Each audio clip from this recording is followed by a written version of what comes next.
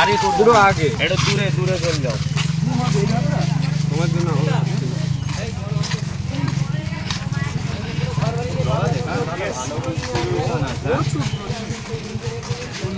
বাড়ি থেকে সমস্ত বাড়ি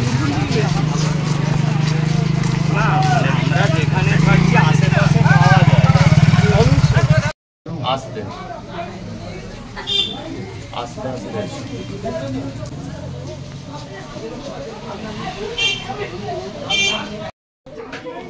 আচ্ছা আমরা এখন আছি এটা বাগনান 2 নম্বর ব্লকের বৈদ্যনাথপুর গ্রামে।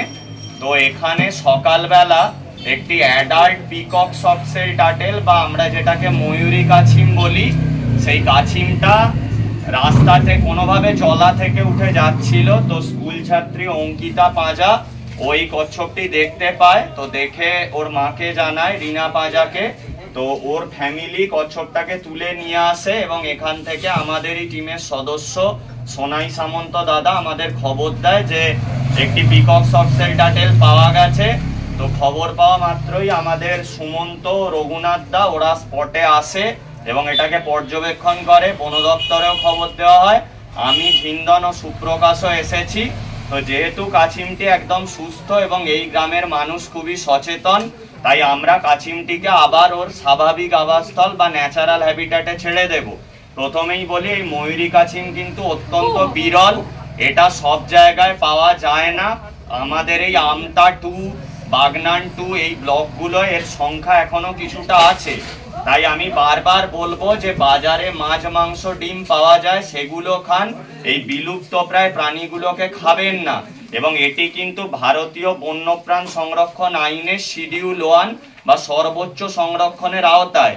তাই একে যদি কেউ মারে বা একে যদি কেউ খায় বা বাড়িতে পোষে তার কিন্তু অনেক বছরের জেল এবং জরিমানা হতে পারে। তাই এই প্রাণীগুলোকে রক্ষা করা আমাদের সবার কর্তব্য।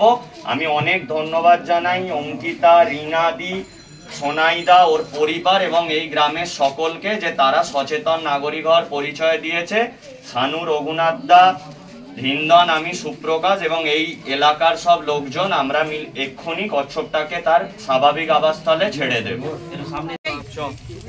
আমরা যে পিকক সফটসেলটা বৈদ্যনাথপুরে পেয়েছিলাম সেটা আবার আমরা তার প্রাকৃতিক পরিবেশে ছেড়ে দিচ্ছি।